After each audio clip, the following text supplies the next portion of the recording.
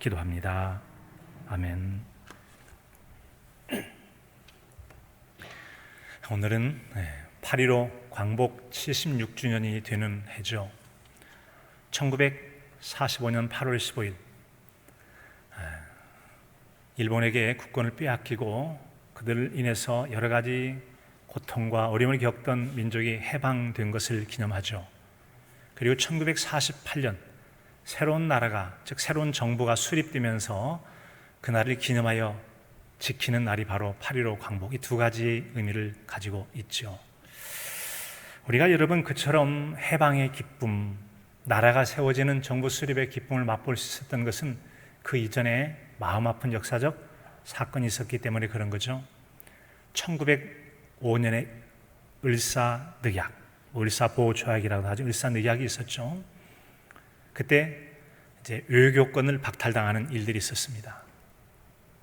물론 일본과의 관계죠. 그 다음에 1910년도에는 한일 합방이라는 게 있었습니다. 나라의 주권을 빼앗겨버리고 그 나라의 식민지로 통치를 받게 되어진, 나라가 망해버린 그런 일이 있었기에 우리에게는 해방도 있었고 나라를 새로 세우는 정부 수립의 기쁨이라는 게 있게 된 것입니다. 오늘 말씀은 출애굽한 이스라엘 백성들이 아직 나라를 갖지 못한 상태에서 이제 여호수아를 통해 가나안 땅을 정복하고 그리고 그 땅을 분배해 주는 내용에 대한 내용입니다. 하지만 이 여호수아를 통해 정복된 땅에 분배를 하긴 했습니다만 그러나 부분적으로 아직도 정복되지 않은 땅이 남아 있었습니다. 그런 상황 속에서 지도자 여호수아가 세상을 떠나고 맙니다. 자, 이게 보통 일은 아니죠. 지도자가 사라지게 되어지면 지도자를 통해서 그 민족을 이끌어가는 일들이 있었는데 지도자가 없으므로 혼란의 위험성이 있습니다. 뿐만 아니라 그들에게는 아직도 정복되지 않은 땅을 정복해서 온전히 하나님만 섬기는 땅으로 만들어야 되는 당면 과제가 있었는데 그 일을 어찌 할 것인가 라고 하는 그런 두 가지의 혼란된 상황들이 있었습니다. 충분히 정복전쟁에 차질이 생길 만한 그런 상황이 있다는 거죠. 자, 그런 변화된 상황과 당면한 문제들을 그들은 새로운 방식들로 어떻게 해가고 있는지 오늘의 말씀을 통해 들려주고 있습니다. 우리는 이와 같이 변화된 환경 속에서도 사명을 잃지 않고 그 일을 잘 해나갔던 이스라엘 백성들의 모습을 통해서 우리가 오늘 8.15 광복주의를 맞이해서 나라 사랑과 우리가 선교 신앙생활하는 교회 공동체의 사랑과 우리 개인과 가정에 대한 하나님의 인도하심을 또 받고 살아가는 지혜를 얻는 은혜 시간이 될 수 있기를 진심으로 축복합니다. 오늘의 말씀을 통해 들려진 첫 번째 말씀은 말이죠. 어느 시대든 해결해야 될 어려운 문제는 있다고 하는 것입니다. 어느 때나 해결해야 될 문제가 있어요. 문제 없는 사람은 없다고 그러죠.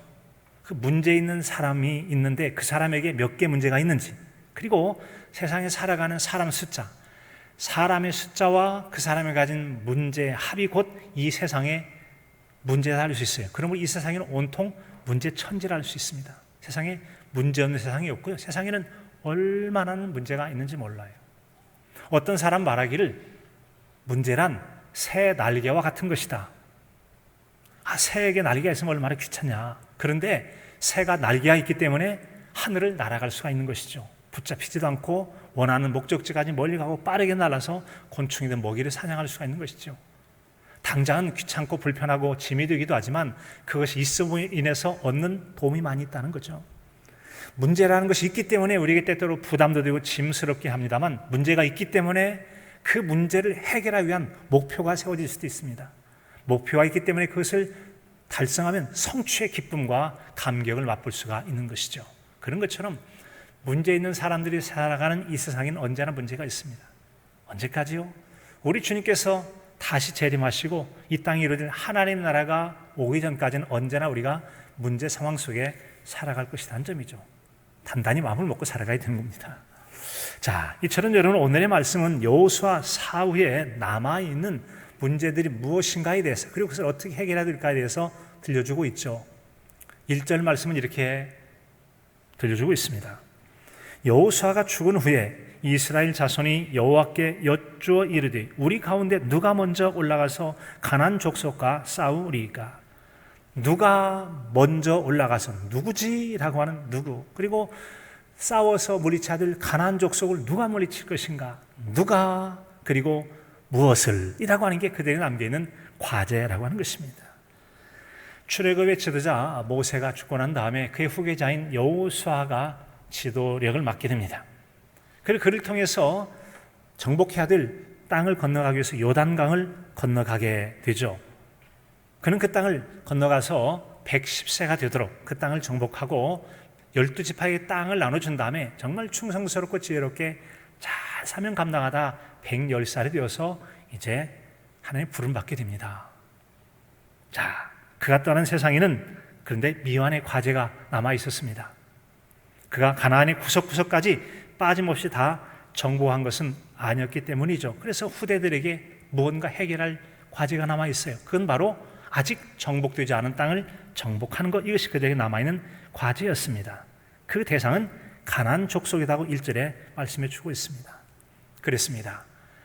탁월한 그런 지도자가 잘 했다고는 하지만 그가 모든 것을 완벽하게 다 해결한 건 아니었습니다. 그러므로 과제는 남아있었고 남아있는 후대들은 바로 이처럼 가나안 족속들을 정복해야 될 숙제가 남아있었던 것이죠.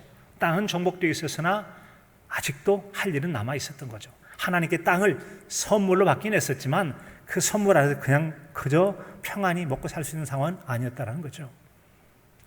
어느 많은 회사를 거느린 재벌 총수 회장님이 계셨습니다. 그분이 이제 자기 회장 자리를 아들에게 물려주기로 했어요. 아들이 회장 자리를 물려받았습니다. 이야, 금수저죠, 금수저. 아들의 여러분 아버지의 회사를 물려받았으면 그냥 그저 먹고 놀아도 되는 걸까요? 전혀 그렇지 않죠. 회장 자리, 사장 자리라는 게 보통 어려운 게 아닙니다. 왜 그렇습니까? 회사를 경영해 가는데 지혜도 필요하죠. 경륜도 필요하죠. 열정도 필요하죠. 회사는 여러 효율, 중역 효율가 됐든 주식회사 같으면 이사회가 있어요. 그런 회사에서 어떤 정책을 어떻게 하겠다는데 이런 의견 저런 의견 나올 때 이걸 이끌어가는 게 보통 쉽지 않습니다. 창업세대 같은 경우는 눈물 뿌려가면서 뚜렷한 목적을 가지고 열심히 했어요. 그런 가운데 노련한 실력자가 돼서 자리를 물려줬는데 이 새로운 아들은 나이는 젊고 경험은 부족하고 지식도 적고 열정도 다르죠. 아버지 같은 열정이 있지 않아요. 그렇기 때문에 새로운 세대가 그것을 잘 해나간다는 게 쉽지는 않다는 거죠. 그게 바로 그저 놀고 먹을 수 없는 회사를 물려받은 회장의 아들이라는 겁니다. 마찬가지입니다. 여호수아를 통해서 새로운 땅을 하나님께로부터 선물로 받긴 했습니다만 그들이 그저 놀고 먹을 상황은 아니었던 거죠. 여전히 정복해야 될 그 땅에 정복할 숙제가 남아있었기 때문입니다. 우리가 살아가는 세상은 이처럼 바닷가에 끊임없이 밀려오는 파도처럼 문제의 연속 속에 살아간다 해도 과언이 아닙니다. 그래서 인생을 살아가면서 어려운 일이 닥치면 왜 이렇게 나에게 문제가 많은지 모르겠는데 자꾸 문제가 생긴지 몰라 하고 한탄할 일이 아니라는 거죠. 왜 그렇습니까? 인생은 원래 그런 거예요. 인생은 원래 그렇게 바닷가에 있는 파도, 끊임없이 파도가 몰려오듯 죽는 날까지 끊임없이 우리에게 문제가 닥쳐옵니다. 문제 없는 사람 어디에 누워있어요? 무덤에 누워있는 사람, 그 사람 빼고는 항상 살아있는 동안은 끊임없이 문제를 경험하게 되어 있다는 겁니다. 호화로운 궁궐에 사는 왕들도 임금들도 엄청나게 많은 여러분 복잡한 문제를 풀어가야 되잖아요. 국가를 어떻게 국사를 운영해 갈 것인가, 대신들과의 중역표를 어떻게 할 것인가, 이 대신이 이렇게 조정하고 저렇게 주장하고 지방 각지에서 문제가 많다는 골치 아프죠. 왕도 거저먹는 게 아니에요. 힘들고 고생해가면서 그 일을 행하는 것입니다. 따라서 여러분 인생 살아가면서 이런저런 문제 있으면 문제 있는 것이 당연하지라고 생각하면 좋겠지만 왜 나에게 있냐고 하면 인생이 원망하고 불평이 많아질 것입니다. 그래서 이런 찬양도 있잖아요. 왜 나만 겪는 고난이냐고 불평하지 마세요. 뭐 하지 말라고요? 불평하지 말라는 거예요. 당신만 있는 게 아니에요. 다른 사람도 몰라서 그렇지 다 사정 형편 따라 얼마나 어렵고 힘겨운 문제들이 많이 있느냐. 이 찬양 가사처럼 불평할 일이 아니다. 누구나 다 그렇게 살아가고 있다라고 인정하면 세상이 좀 더 그렇지 그래 하고 문제에 맞서 살아갈 수 있을 겁니다. 우리가 그런 현실 세계를 살아갈지라도 우리가 한 가지 잊지 않고 꼭 해결해야 될 문제가 있죠. 그것은 바로 사명을 잊지 않는 것과 내 앞에 놓여있는 문제를 해결해 가야 한다고 하는 점이죠. 여호수아가 출애굽한 이스라엘 백성들을 이끌고 요단강을 건너서 그 땅을 정복하고 12지파에게 땅을 나눠주는 숙제가 있었습니다. 그 일을 하려 하는데 몇몇 지파 사람들이 다른 생각을 가지고 있었습니다. 요단강을 건너가야 돼요. 요단강 동편에 있을 때 땅이 괜찮았던 모양이죠. 르우벤과 갓과 므낫세 반지파, 즉 두 지파 반들이 우린 여기 살고 싶다고 그렇게 얘기하는 겁니다. 뭐라고? 함께 건너가서 저 땅을 정복해야지. 여기 살겠다고. 그래, 우리 살겠다고. 그래, 그럼 조건이 있어. 뭔데? 요단강을 건너가서 그 땅을 다 정복하고 12지파에게 땅을 분배할 때까지 너희는 같이 정복전쟁에 참여해야 돼. 그런 일을 할 수 있지. 라고 그래서 그들이 가족을 남겨두고 4만의 군대가 요단강을 건너서 7년 동안 전쟁하게 됩니다. 군대 생활 7년, 집 한 번 추가도 없이 7년 동안 정복전쟁에 참여하죠. 그리고는 돌아가게 됩니다. 자, 그들은 대략적인 전쟁, 땅을 정복하고 땅을 분배했을 때 돌아가게 됐습니다. 그들은 이제 보다 안정된 땅에 살아가고 있죠. 남아있는 이 9지파 반의 사람들 입장을 생각해 봅니다. 그들은 7년 동안 전쟁하고 돌아갔지만 우리는 아직도 정복해야 될 땅이 남아있는 겁니다. 지도자는 사라졌습니다. 어찌하면 좋을까? 이런 상황에 놓여있던 것이죠. 자, 그래서 얼마든지 이들이 혼란에 빠질 수도 있고, 이제 뭐 그만하자. 아이고, 전쟁 지긋지긋하다. 그냥 있든지 말든지 이제 우리 집도 짓고 좀 잘 먹고 살자라고 할 수 있을 터인데 그러지 않았습니다. 목표의식을 잃지 않고 지속적으로 그 일을 감당하더라는 거죠. 참으로 귀한 겁니다. 하나님께서 그 가나안 땅을 정복해서 우상 숭배하는 것들 다 쫓아내고 오직 하나님만 섬기는 그 땅을 이루도록 주셨던 명령을 충성스럽게 감당해 가더라는 점이죠. 아름다운 신앙과 사명을 이어가는 모습입니다. 당연한 일이냐고요? 당연하면 좋겠는데 결코 쉬운 일이 아니라는 점이죠. 얼마나 멋지고 아름다운 일인지. 정말 그런 걸까요? 지금 우리가 읽었던 사사기 1장인데 2장 10절에 지나가면 완전히 새로운 세상이 열리는 걸 볼 수 있어요. 좋은 의미인지 나쁜 의미인지 들어보면 아십니다. 2장 10절. 그 세대의 사람도 다 조상들에게로 돌아갔고 그 후에 일어난 다른 세대는 여호와를 알지 못하며 여호와께서 이스라엘을 위하여 행하신 일도 알지 못하였더라. 출애굽하고 가나안 땅을 정복했던 신앙의 1세대들이 다 죽어갔습니다. 아들 세대가 왔어요. 다음 세대죠. 그런데 다음 세대는 안타깝게도 첫째로 하나님을 알지 못하였더라. 둘째로 하나님께서 그들의 조상들에게 아버지 세대까지 했던 나타내 보신 일들을 알지 못하였더라 라고 했습니다. 심각한 문제죠. 하나님을 알지 못하고 하나님께서 어떤 분이신지 모르는 것과 그분이 그의 조상들에게 출애굽의 홍해 사건들, 광야에서 40년간 먹이셨던 사건들, 무수한 전쟁을 승리하게 하신 일들, 가나안 땅을 어떻게 정복할 수 있도록 함께 하시며 그 싸움에 승리를 주셨던 하나님께 기도하고 나갔을 때 승리했던 신앙 체험했던 은혜들이 전수되지 않은 것입니다. 그러므로 당연히 그들은 하나님께로부터 믿음이 멀어지고 마음이 멀어질 수밖에 없는 거 아니겠어요? 자, 여러분 그렇습니다.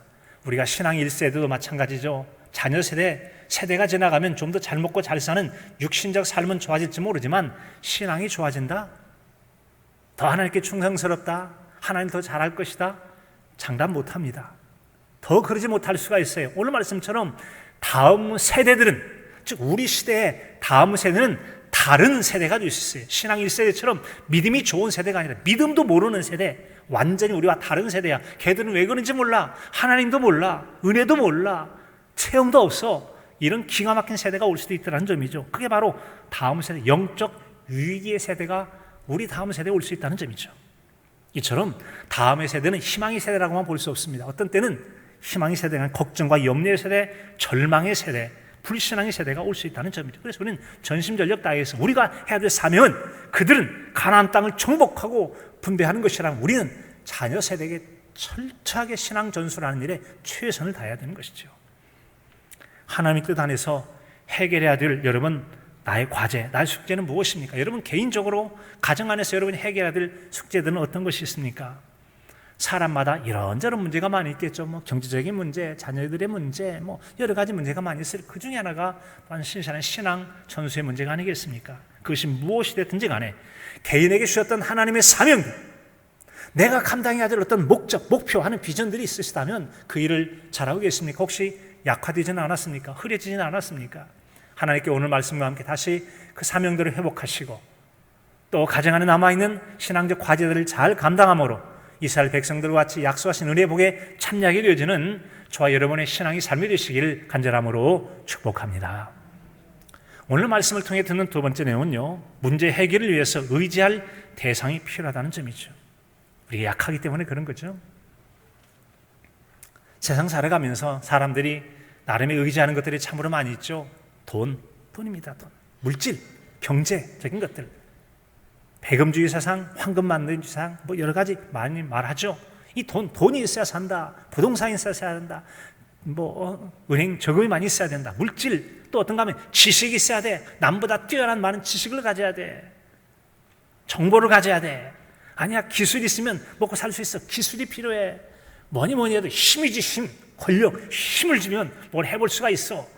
여러 가지 사람들이 나름의 이것을 힘으로 삼고 의지할 만한 그 무언가를 세워 살아가죠. 그런데 안타깝지만 그것들이 우리에게 부분적이고 적지 않은 도움을 주기는 합니다만 궁극적으로 이 모든 것들은 하나님께로부터 점점점 멀어지게 하는 거예요. 물질을 의지하고 권력을 의지하고 지식을 의지하고 기술을 의지하고 세상 것 의지할수 하나님과 점점 더 멀어지게 되는 거죠. 점점 멀어지게 돼요. 그래서 우리가 해야 될 중요한 과제 중에 하나 있다면 하나님께 집중하고 하나님을 의지하며 살도록, 하나님을 신뢰하고 하나님께 힘을 입어서 살도록 인도하는 것이 바로 우리가 해야 될 중요한 일 중에 하나 있죠.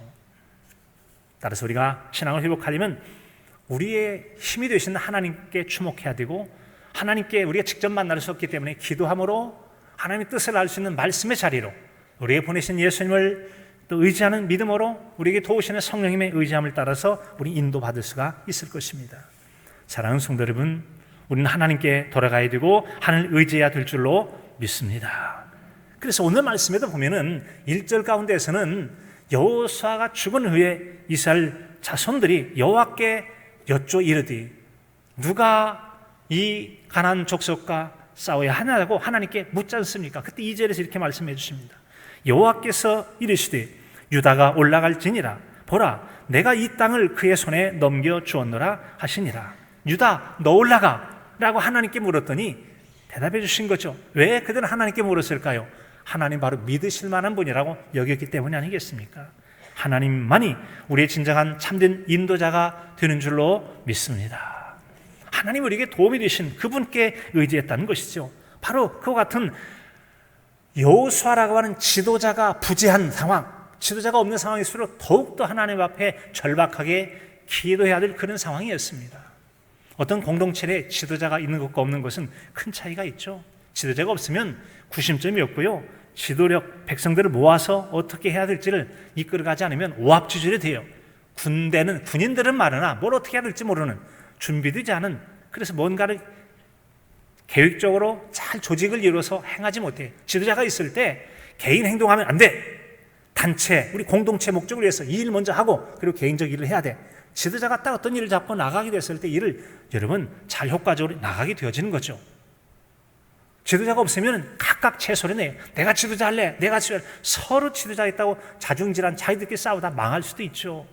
이기심이 많죠. 나 내 일 먼저 할래. 안 돼. 함께 해야지. 지도자가 딱 중심 잡고 이끌어갈 때 제대로 되는 거죠. 목표를 상실하지 않고 일을 해나갈 수가 있는 거죠. 그래서 지도자가 있다는 건 참으로 중요합니다. 그런데 이 세상 가운데 지도자라 말하는 이가 참으로 많이 있지만 우리에게는 참된 지도자, 최고의 지도자는 여호와는 나의 목자시니 내게 부족함이 없으리로다라고 말씀하신 부족함 없도록 인도해 주신 하나님이 우리에게 진정한 참된 지도자가 되는 줄로 믿습니다. 바로 그 지도자이신 하나님께 뜻을 물어서 그들이 갈 길을 인도받는 거 아니겠습니까? 그럴 때 하나님께서 유다 네가 나가라고 하나님이 말씀해 주셨어요. 자, 이처럼 여러분 우리가 어떤 중요한 일을 결정하려 할 때 누구의 말을 듣습니까? 누구에게 물어서 누구에게 여쭈어서 그 답을 찾아갑니까? 일반적으로 경험이 많은 사람, 그 관련 분야의 전문가에 해당되는 사람, 나이가 많은, 경험 많은 지혜로운 분들에게 뜻을 묻는 게 많은 도움을 받게 되죠. 자, 그런데 그와 같은 도움이 있긴 합니다만 또 더러 인간이기 때문에 오히려 그런 분들이 또 전문가라고 또 나이가 많고 경험이 많다고 하는 분들이 주는 생각이 다 도움이 아니라 때로는 어려움도 있을 수도 있죠. 그런가 하면 집단 내에는 나름대로 집단 공동체 내에서 힘을 가지고 목소리를 내는 사람이 있어요. 다른 사람 목소리 아니요, 내 목소리가 맞아. 목소리 못 내도록 하고 자기 목소리만 내는 경우도 있기도 하고요. 청소년 같은 경우는 어른들이나 선배들 얘기 안 듣습니다. 그냥 자기들이 끼리끼리 뭉치는 또래 집단의 대화가 얼마나 중요한지 몰라요. 또래 집단은 끼리끼리라는 거예요. 자기 엇비슷한 나이의 아이들. 그런데 경험 세대가 엇비슷하고 잘못된 판단을 하고 또 그들끼리 서로 경쟁력, 내부 경쟁이 있기도 하고 서로 잘 보이고 싶고 우쭐하고 싶고 또 경쟁심도 있고 시기심도 있고, 그래서 이 공동체에는 집단 역동이라는 게 작동합니다. 심리학용어로 역동이 작동해요. 서로 네가 하면 내가 하고 내가 하면 경쟁심도 있기도 하고 시기심도 있기도 하고, 그 자리에서 뭔가 역할을 감당하면서 우두머리 노릇도 하기도 하고 또 심부름꾼 노릇하고 중간 역할도 하기도 하고, 이런 것들이 나타나게 되죠. 이게 바로 공동체 내에서 일어나는 자연적인 현상이라고 하는 점이죠. 자, 그러다 보니까 여러분, 뛰어나지 못한 끼리끼리 또 부족한 사람께 하다 보면 잘못된 이단에 인도하기도 하죠. 잘못된 데 속아서 사기꾼에 넘어갈 수도 있기도 하고 잘못된 친구에 빠져들기도 하고 어려운 일을 겪을 수도 있기도 합니다. 그러다가 하나님을 대적하고 낭패를 당하고 큰 어려움을 겪을 수도 있기도 합니다. 자, 그렇게 서로 힘을 합해보지만 참된 하나님께 묻지 않고 잘못된 물음을 가졌을 때 어떤 어려움이나 위기 혹은 낭패를 당하는지 역대하 18장 1절의 에서에게 잘 들려주고 있습니다. 역대하 18장 1절에 보면 남쪽 유다의 왕, 남쪽 이스라엘 유다라고 하는데 여호사밧이라는 왕이 있습니다. 하나님 복을 주셨어요. 부귀와 영화를 크게 떨쳤고 아합 가문과 혼인함으로 인척 관계를 맺었더니 북쪽 아합 왕과 서로 인척 관계를 맺게 됩니다. 어느 날 북쪽 왕에게 갔습니다. 그랬더니 북쪽 왕 아합이 남쪽에서 올라온 아합이라는 사돈 왕에게 제안을 합니다. 글쎄 내게는 말이죠, 길란 라못이 눈에 가시요. 저걸 좀 정복했으면 좋겠는데 그 땅을 정복하지 못하고 있습니다. 좀 같이 하려고 했더니 하겠습니까? 좋죠. 우리 서로 힘을 합해서 한번 해보십시다. 얘기한 다음에 딱 한 가지 조건이 있어요. 그런데 말이지 먼저 그것을 하나님께 뜻을 좀 물어봅시다. 그럽시다 라고 했어요. 그래서 400명의 선지자에게 물었더니 올라가십시오. 왕이시오. 왕이 올라가면 틀림없이 저들 정복합니다. 올라가세요. 그런데 왠지 남쪽에서 왔던 왕 여호사밧에게 마음이 좀 들질 않아요.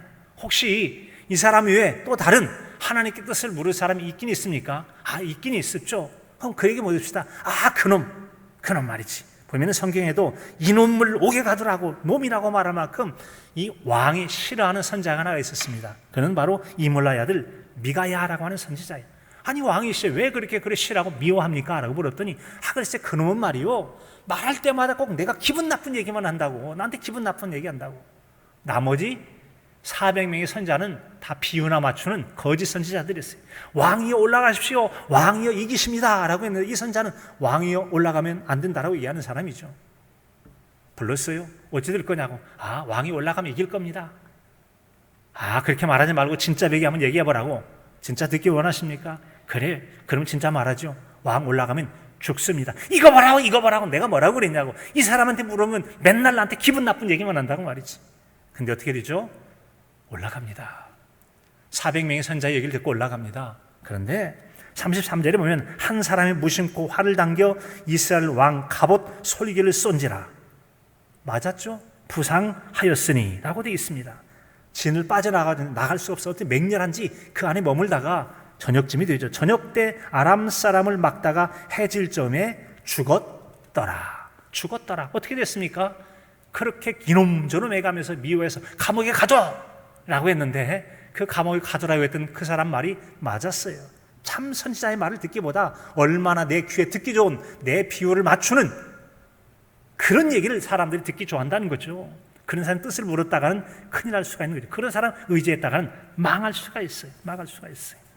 사랑하는 성도는 우리에게 참된 인도자는 살아계신 하나님, 전능하신 하나님 우리에게 참된 인도자여야 될 줄로 믿습니다. 그만으로 완전하고 참된 승리를 이룰 수 있도록 인도해 주세요. 그래서 우리가 하나님께 여쭙는 게 얼마나 중요한지 몰라요. 자, 그래서 다윗같이 전쟁에 능한 용사였지만 무수한 전쟁의 승리로 이끌었던 다윗은 고백하기를 나의 힘이신 여호와여 내가 주를 사랑하나이다라고 시편 18편 1절에 말하고 있어요. 하나님은 우리의 힘이십니다. 그 하나님을 사랑한다는 얘기는 그분의 말씀을 듣고 따른다는 얘기 아니겠습니까? 그럴 때 우리를 하나님께 지도자가 되어주시고 인도자가 되어주셔서 참된 승리를 이루게 하실 주실 줄로 믿습니다. 사랑하는 성도 여러분, 여러분이 살아가는 삶 가운데 여러분 누구를 의지해서 지금 어떻게 살아오고 계십니까? 누구의 의견을 듣고 계십니까? 좋은 믿음의 성도입니까? 좋습니다. 경험이 많은 경험자입니까? 전문가입니까? 좋습니다. 그런데 아까 말씀드린 것처럼 그런 분들에게도 한계가 있을 수 있다는 점을 잊어서는 안 될 것입니다. 많은 도움을 받지만 잊어서는 안 될 게 한 가지, 첫 번째 떠오르는 생각을 결코 버리지 못하는 약점을 가진 사람이 있어요. 내가 경험해봐서 아는데 내 지식이 하면 넌 나보다 못하잖아. 내가 너보다 뚜렷하고 우위에 있는 경험 많은 사람 입장에서 말하는데 내 말 들어, 내가 전문가야 라고 하는데 그 사람이 틀릴 수가 있어요. 그것이 심리학자들 말 일종의 메타인지라고 하는 겁니다. 먼저 딱 떠오르면 이거야, 바로 이거야 라고 하는데 이것을 바꾸려고 하질 않습니다. 그렇게 해서 실패하면 아니잖아요. 안 바꿉니다.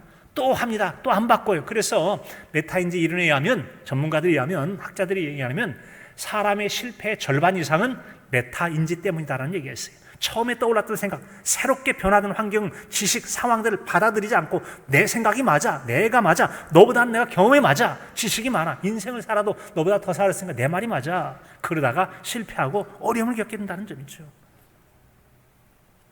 많은 도움이 있지도 하지만 이 메타인지는 고약하게도 실패의 절반 이상을 가져온다는 것을 잊어서는 안 됩니다. 우리가 어찌하면 좋죠? 사람을 의지하면 부러진 갈대에 의지하는 것처럼 손을 찢을 수가 있지만 하나님을 의지하면 안전합니다. 하나님을 의지하면 안전합니다. 그래서 이스라엘 백성들은 철저하게 신명기 6장 보면 쉐마 이스라엘, 쉐마 교육이죠. 쉐마 교육. 철저하게 하나님은 유일하신 하나님이니 너희는 마음을 다하고 뜻을 다하고 힘을 다해 내 하나님 여호와를 사랑하라고 말씀합니다. 그리고는 하나님 그분에 대한 말씀을 마음에 새기고 집에 앉았을 때든지 일어날 때든지 누웠을 때든지 길 가는 때든지 부지런히 가르치라고 말해요. 손목에 메고 이마에 붙이고 문설주에 붙여서 하나님을 경외하도록 홀수에 사무치도록 하나님 중심의 삶을 살게 하는 거죠. 모든 상황 속에서 하려다가 안차 하나님께 물어야지, 하나님 뜻이 무엇이지, 이렇게 살라고 하는 것이죠. 그렇게 하나님께 뜻을 물어 산다면 넉넉히 승리하는 신앙인생을 살게 될 줄로 믿습니다. 오늘 말씀을 통하는 세 번째 교훈은 말이죠, 선한 목적을 위하여 경건한 합력이 있어야 된다는 점이죠. 우리가 스스로 행할 수 있는 많은 일들이 있는가 하면 혼자서 하기는 어려워서 서로 누군가의 도움이 필요할 때가 많이 있습니다. 물론 하나님께 도움 말고요, 사람에게도. 우리가 사람 인자 한자로 보면 사람 인자는 서로 두 사람이 마주 서야 제대로 서 있을 수 있다는 얘기도 있잖아요. 우리는 부족하기 때문에 사회 공동체도 이루고 사회를 이루어 사는 거죠. 서로 도움을 주고받아야 살 수 있다고 하는 점입니다. 우리가 연약하기 때문에 그렇습니다. 오늘 말씀에서 그래서 하나님께서 유다 내가 올라가, 유다 지파에게 올라가라고 했을 때 유다가 취했던 행동이 있죠. 3절 말씀입니다. 유다가 그의 형제 시몬에게 이르되 내가 제비 뽑아 얻은 땅에 나와 함께 올라가서 가나안 족속과 싸우자. 그리하면 나도 내가 제비 뽑아 얻은 땅에 함께 가리라 하니 이에 시몬이 그와 함께 가니라. 함께 가니라. 유다 내가 올라가. 예, 알겠습니다 하나님. 자, 그런데 이 땅을 정복하라고 하나님께 명령할 때 제비 뽑아서 뽑힌 모양이죠. 시몬, 내가 이번에 제비 뽑아서 내가 나가거든. 그런데 너도 나중에 제비 뽑힐지 몰라. 그러니까 이번에 내가 제비 뽑아서 전쟁 나가는데 이번에 네가 나 함께 해주면 네가 나중에 제비 뽑혔을 때 우리도 함께 해줄게. 그거 참 좋은 생각이네. 그렇게 하지 뭐. 그렇게 하지 뭐 해서 함께 가기로 했다는 것이 3절 말씀이에요. 하나님은 유다에게 전쟁을 나가라고 말씀하셨고 전쟁을 나가라고 지명받은 유다는 혼자 할 수 없을 줄 알고 시몬에게 도움을 요청해서 협력자를 구해서 함께 나가기로 했다는 점이죠. 자, 여러분 함께 한다는 게 얼마나 힘이 되고 도움이 됩니까? 혼자서 어렵거든요. 그러나 함께하면 많은 도움을 받게 되어져요.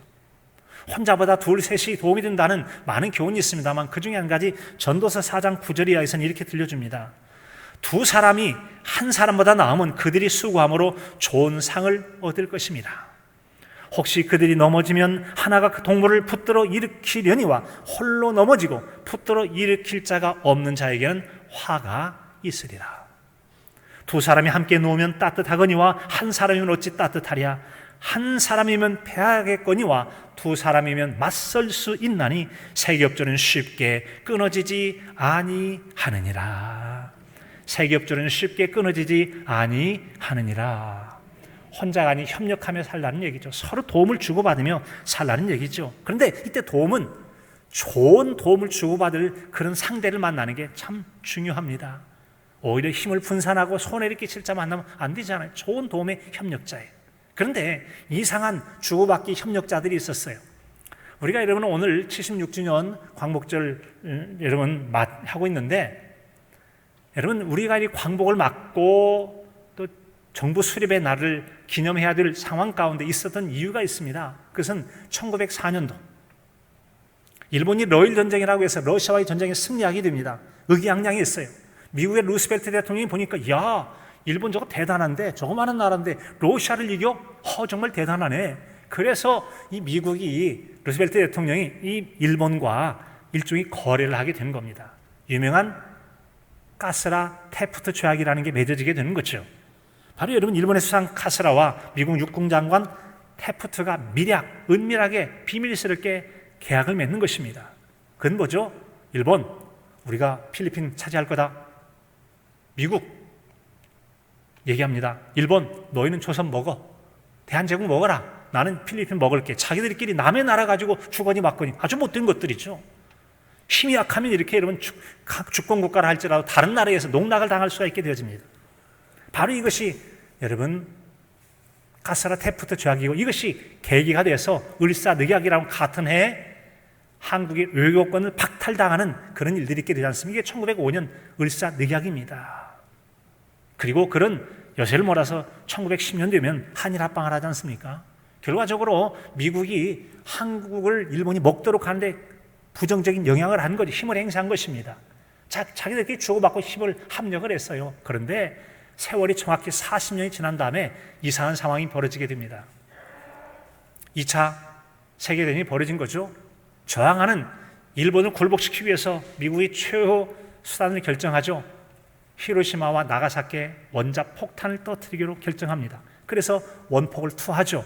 폭망하게 됩니다. 폭탄 맞아서 망해버린 일 있죠. 무조건적 항복이 있게 됩니다. 그래서 일본의 패망과 함께 대한민국의 우리나라가 해방이 될 수 있던 거 아니겠습니까? 미국에 의해서 일본의 압제 가운데 넘어가기도 하고 미국에 의해서 해방되기도 한 그런 역사가 있는 거. 이게 바로 역사의 아이러니. 역사란 참 원수 같은 나라가 친구가 되고 친구 같은 나라가 또 적이 될 수 있는 것이 역사의 순환이라고 하는 거예요.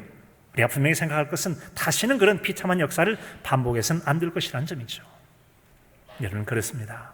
이렇게 서로가 도움을 주거니 받거니 하지만 어떤 경우에는 도움을 주거니 받거니 일시적 도움이 됐지만 미국과 일본 사이는 서로 망하게 하는 역사도 있기도 했던 걸 생각해 보죠. 일본이 하와이 진주만을 공격하게 됐고 미국은 원폭을 투하해서 망하기도 하는, 한때는 합력하더니 한때는 망하는, 이런 합력은 좋은 합력이 아니, 하나님의 사람들은 다른 합력을 하게 됩니다. 로마서 8장 28절에 하면 우리가 알거니와 하나님을 사랑하는 자 곧 그의 뜻대로 부르심을 입은 자들의 모든 것이 합력하여 선을 이루느니라. 선을 이루느니라. 찢어먹고 갈기고 상처하고 넘어뜨리는 게 아니라 힘을 모으는 거죠. 힘을 모아서 뭐 하겠냐, 악을 행하는 게 아니라 선을 행하는 것이다. 이것이 바로 하나님께 부름받고 택한 사람이라는, 우리는 하나님께 부름받고 택한 받은 성도 아닙니까? 성도들은 선한 목적을 위해서 힘을 모아서 합력해 선을 이루어야 될 줄로 믿습니다. 혼자 할 수 없거든요. 연약하거든요. 서로 도움을 주고 받아야 되는 거예요.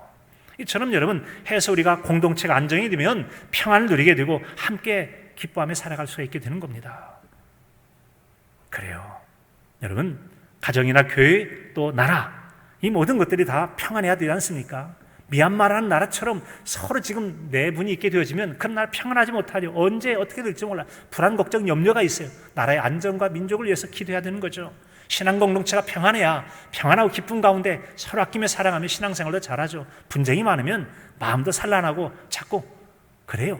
가정도 마찬가지죠. 가정이 부부 사이든 가정이 평안해야 자녀들도 가족도 평안하게 살아갈 수 있는 거죠. 평안함이 정말 중요한 겁니다. 사랑하는 성도 여러분, 문제 해결을 위해서 누구 어떻게 협력을 해가고 있습니까? 우리는 연약하고 혼자 다 할 수 없게 누군가의 협력도 필요하고 도움도 필요합니다. 어떤 이들은 서로가 서로 전화를 주고받기도 하죠. 잘 지내죠? 아, 예, 잘 지내요. 어떤 일에 서로 협력해서 약속을 하고 서로 잘해보자고 할 수도 있죠. 서로를 위해서 기도해 줄 수 있습니다. 내가 약할 때 너를, 네가 약할 때 내가, 서로를 위해서 기도해 줄 수 있습니다. 교회에 오는데 차 없는 분은 차를 태워주고 또 다른 분은 연락을 하고 해서 주거니 받거니 서로 한다면 얼마나 좋겠어요. 요즘같이 고독사가 많은 때라도 연락도 주고받으면서 돌본다면 얼마나 좋겠습니까? 좋아요. 우리가 살아가는 인생은 여러분 누구나 다 문제를 안고 살아갑니다. 일종의 미완성 과제를 가지고 살고 그렇게 살다 가요. 그래서 내가 인생 가운데 모든 걸 완벽하게 해결하겠다, 그럴 수도 없습니다. 할 수도 없고 될 수도 없고 할 수도 없어요. 미완성 인생을 살아가요. 그래서 옛날에 한때 이진관이라는 가수는 이런 노래를 불렀다 그래요. 인생은 미완성, 그리다 많은 그림, 그래도 우리는 아름답게 그려야 해. 진리는 아니지만 제법 멋있는 말이죠. 여러분 그렇습니다. 우리가 살아가는 인생, 그리다 많은 그림처럼 완벽하게 완성할 못할 수도 있습니다. 여호수아가 그 땅을 정복했지만 모든 대적들 다 물리치지 못한 것처럼 남은 과제를 남길지 모르지만 할 수 있는 데까지 최선을 다해가는 것이 우리가 해야 될 몫이라고 하는 겁니다. 우리에게 주어진 시대 때 우리가 할 수 있는 최선을 다해가는 우리 모두이시길 진심으로 소원합니다.